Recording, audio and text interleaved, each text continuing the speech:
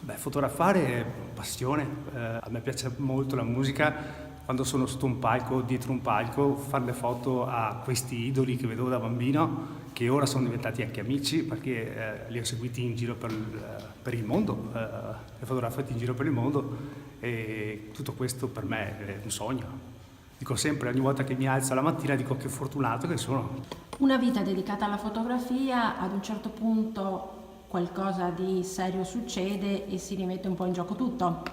Questa mostra qua l'ho voluta portare qua, grazie al Comune di Venezia anche, che mi ha dato la possibilità, e il Forte Marghera, che mi ha dato la possibilità di fare questa esposizione, giusto per raccogliere fondi per l'ospedale dove mi stanno curando a Verona, l'ospedale Borgo Roma, dove sono assistito là.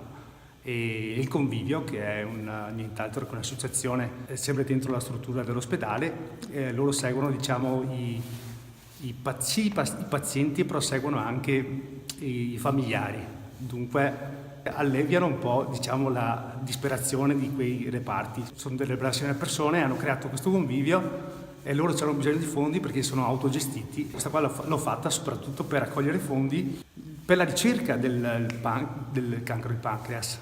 Per la ricerca del cancro del pancreas vengono raccolti solo il 2% di qualsiasi onlus, solo il 2% va speso e questo mi ha fatto una tristezza unica. Ho detto, caspita, io devo fare qualcosa.